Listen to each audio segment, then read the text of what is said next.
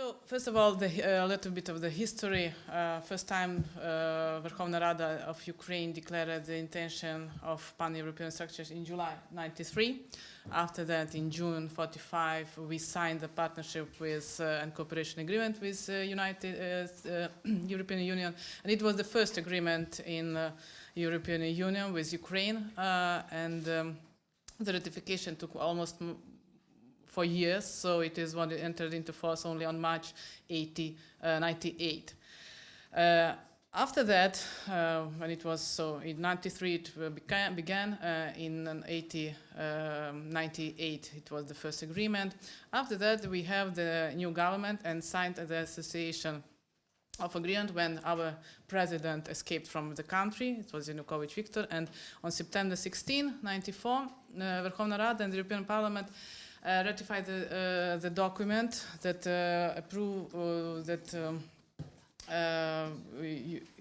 Ukraine wanted to be a candidate to European Union. And the last country it is signed, it was Netherlands in 2017.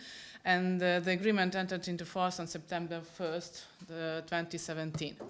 In February 2018, Verkhovna Rada of Ukraine adopted European integration amendments to the constitution, and according to them, the preamble of the Constitution of Ukraine, it states that irreversibility of Ukrainian and European Euro-Atlantic course. So we have these words and these sentences in our constitution, and after that we began to move to the European Union, and all Verkhovna Rada, it is the parliament, cabinet minister of Ukraine and the president do everything possible to ensure that Ukrainians will have a full membership of the European Union and the NATO, because it is important. I need to say that in 2007, in Kiev began a negotiation about this association agreement, and it was supposed to sign more quickly in 2013, but the last minute, Yanukovych, he decided to put the process on hold, as everybody knows about this, and it was the main point when started beginning this revolution of dignity in Ukraine, when the president, he doesn't want to go to on the road of the European Union. As everybody knows, from June 23 to 2022, Ukraine received the status of candidate for membership of the European Union, and in February 2023, President Volodymyr Zelensky announced that he will do everything, and the parliament and the country will do everything to be a full membership in 2 years. We understand that it is impossible, because it is we have other countries that they are candidate for European Union. We have Turkey, we have Georgia, so Montenegro, and other countries. But as I see, because I am like a citizenship, have a Ukrainian, and I see that they are really doing this, and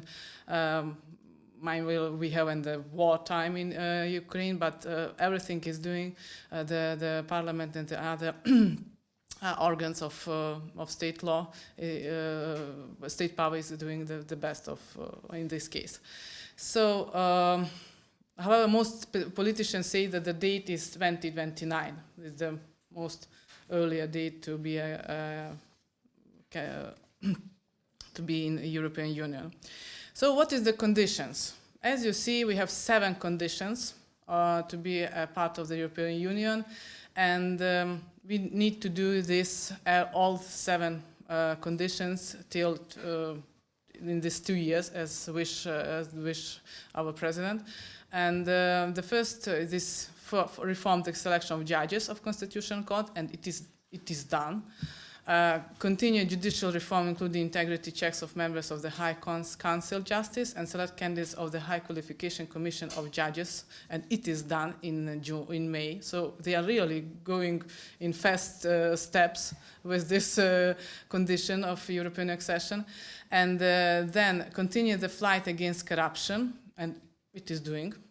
Appoint the heads of the specialized anti-corruption prosecutors officers, appoint the National Anti-Corruption Bureau, continue the fight against money laundering and law enforcement. This is a new law today. Yesterday I read about it, that they want no cash in Ukraine. So if with this against corruption, against money laundering, and it is a law. It they put this in the Verkhovna Rada, in the parliament. I don't know if they it will be, if they pass. So it will be. I don't know what will be done in Ukraine. So that is the fourth condition. Then, as you see, the info of oligarchs, influences of oligarchs, it is doing, bring media legislation in line with European audiovisual legislation, and amend the seventh amendment legislation of minorities. So it is necessary implement that. We need implement 14 European directives, as I know, and the relevant draft law are being actively developed in Ukraine and submitted. Every day they submitted one of relevant law in Ukraine, because the parliament is working every day. And they envisage increasing the transparency of government procedures, strengthening financial control, fight against tax evasion, so etc. So they're really working on this. And on March 6, 2023, after the appointment of the NABU director of Prime Minister Denis Shmyhal, they said that Ukraine had implemented all 7 European Union recommendations. And in January, the New Europe Center, in partnership with other specialized organizations, estimated the average level of compliance with European requirements is 5.8 points. So, and in November, it was only 4 and 7. So it is really, they are working on this agenda. The procedure of accession of the European Union is on the negotiation stage. So the further negotiation process, the candidate states has to adapt this national legislation to the acquis communautaire branch for community property. This consists of 35 chapters and divided into 6 clusters: fundamentals, internal market, competition, inclusive growth, green agenda and sustainable connectivity, resources, agriculture and cohesion, and external relations. All this condition. The voting. It's interesting that a referendum in Ukraine's accession to the European Union were held in the near future, and all respondents, 92% of the respondents, intended that they are wanted to enter to the European Union. As you see on this slide, on March 2021, it was only 59%, and we have now 80%. So it is growing up all the day, and because everybody understands that. I think the most part of the Ukrainians understand that there is no possibility to live in a good condition with the borders, with the neighborhoods of our country.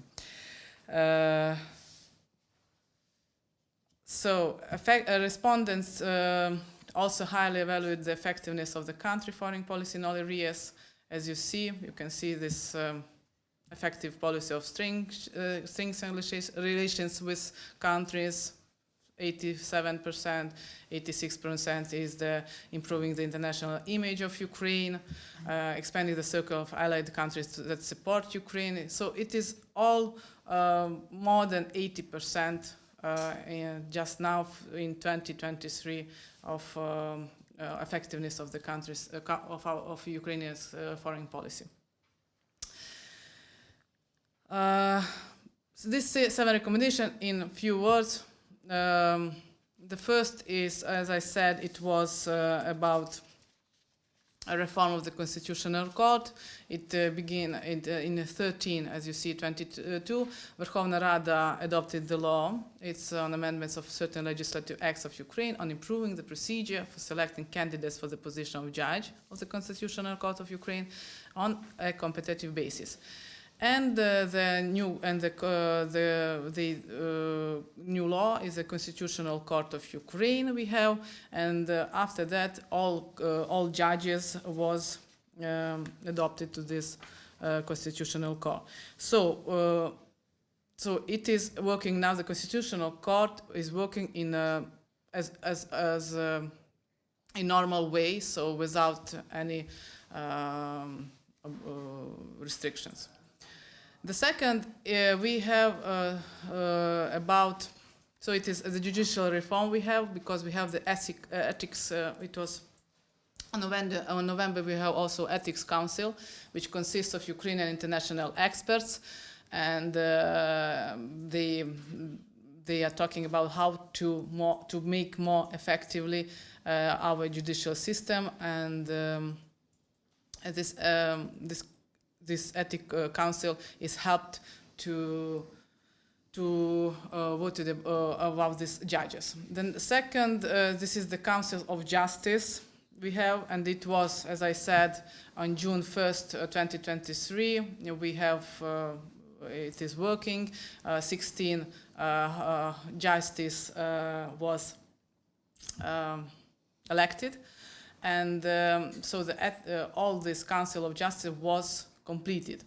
And it is, as you see, it is consisted of 21 members, but it is working with 16 members. So two appointed by the President, two by Verkhovna Rada of the Parliament, the Congress of Advocates, then Prosecutors Conference, and we don't have this one of the Chief Justice of the Supreme Court, and from the school, from law school, for example, it is possible for our university to go to this High Council of Justice, and they are the main point of this council that it is it is working, or it is deemed with competent at least when there's 15 members and elected. So. And most of them, or majority of them, are judges, and the term of the office of the elected High Council of Justice is 4 years. And the same person may not hold the position of a member of the High Council of Justice for 2 consecutive terms, so only 2 consecutive terms.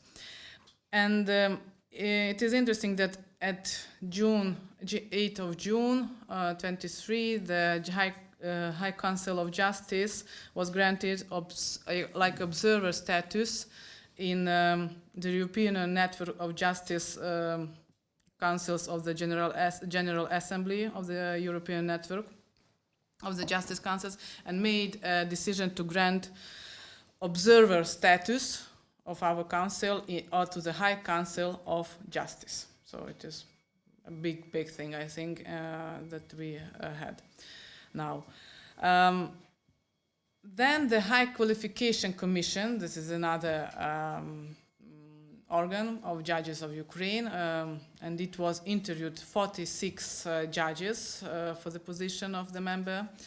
And the High Council appoint only 16 members, and these 16 members of the High Qualification Commission of the Judges of Ukraine are elected from the citizens of Ukraine. And it is interesting that they need to have the legal education and 15 working years of professional experience of the field of law. So it is most of all, it's judges in this High Qualification Commission of Judges, and it is all judges. So 2 chambers, 8 members, or every chamber they have, and they have, as you see, they have equal representation of members.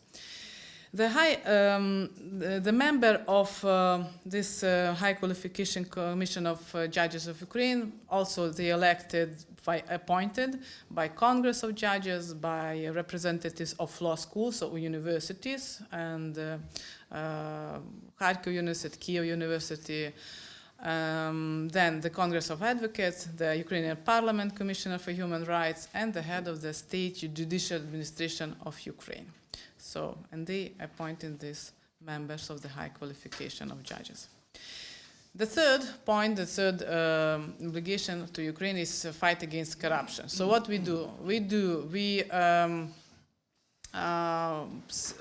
make an anti-corruption organization in prosecutor's office.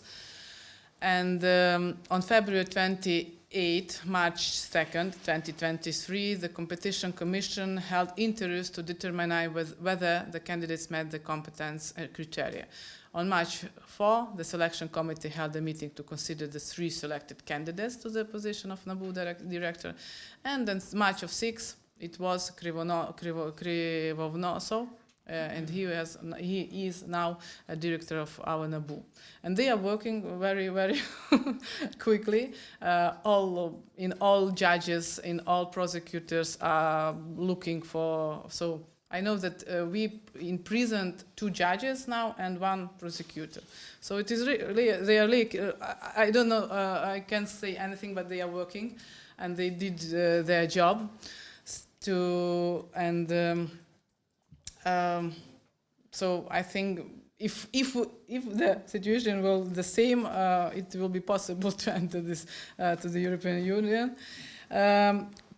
The combating money laundering, it is the main point of Ukraine, in Ukraine, because I think in every country which are going to the European Union, and so we have. We have a law about on amendments to certain laws of Ukraine on protections of financial system of Ukraine from actions of the state conducting armed aggression against Ukraine and adaptation of Ukrainian legislation to certain standards of the Financial Action Task Force on Money Laundering. So this is the name of the law, and what the main point of this law that improved regulation and the supervision of special designed primary financial monitoring entities, and they are doing this now, and the recommendation of the Financial Action Task Force on money laundering. So I need to say that we have also adopted this law about, as you see, on amendments to certain laws of Ukraine improving the regulation of ultimate beneficial ownership and ownership structure of legal entities, and it is entered only in December 22 and to enforce this law and improve the procedure for verifying ultimate beneficial owners in Ukraine.